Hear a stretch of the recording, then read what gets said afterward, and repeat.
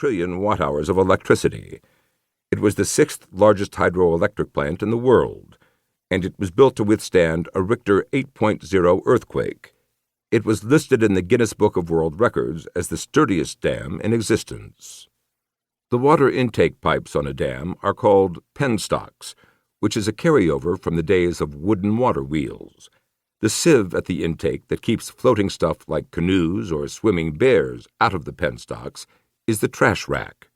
The rotor, or the part of the turbine that spins, is called the runner, and it is hit with water from all sides.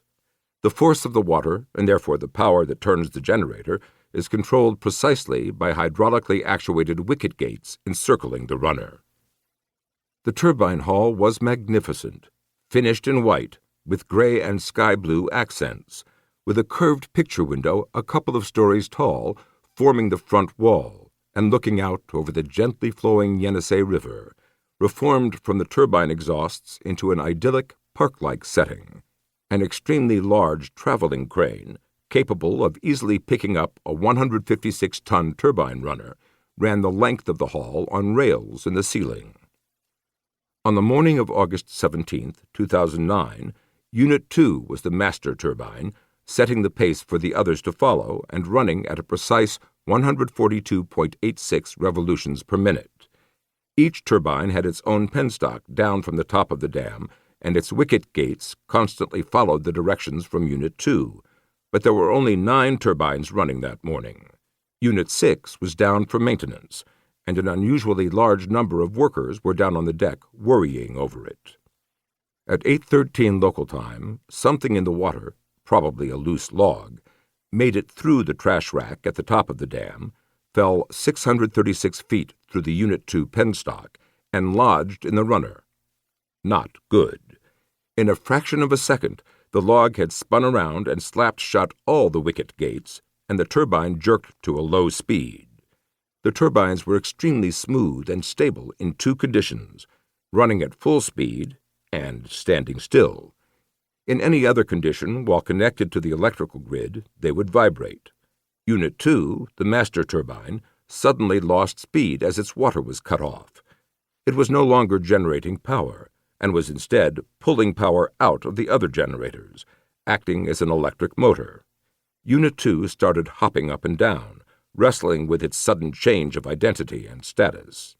The bolts holding the top on Unit 2 blew off, and the 900-ton turbo generator jumped out of the floor. Suddenly, having no speed control from Unit 2, Units 7 and 9 quickly reached runaway speed and started flinging parts through what was left of the picture window. The Unit 2 penstock collapsed and destroyed everything around it. Having no penstock to contain it, Lake Sayano-Shushenskaya started emptying into the powerhouse. Units 3, 4, and 5 were still generating power, but they could not do it correctly while underwater. The main transformer exploded, sending 40 metric tons of cooling oil, mixed with highly toxic polychlorinated biphenyls, down the Yenisei.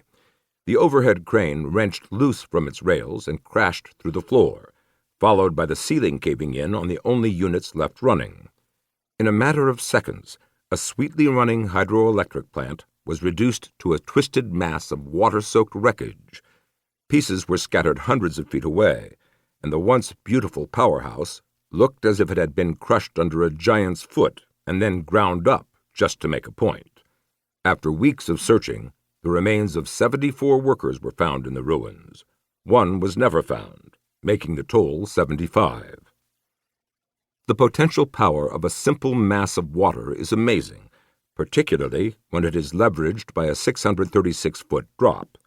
In a few moments, a placid lake of life-giving water had killed 75 people, destroyed a large power plant, and contaminated the drinking water for everyone downstream with a virulent carcinogen called PCB.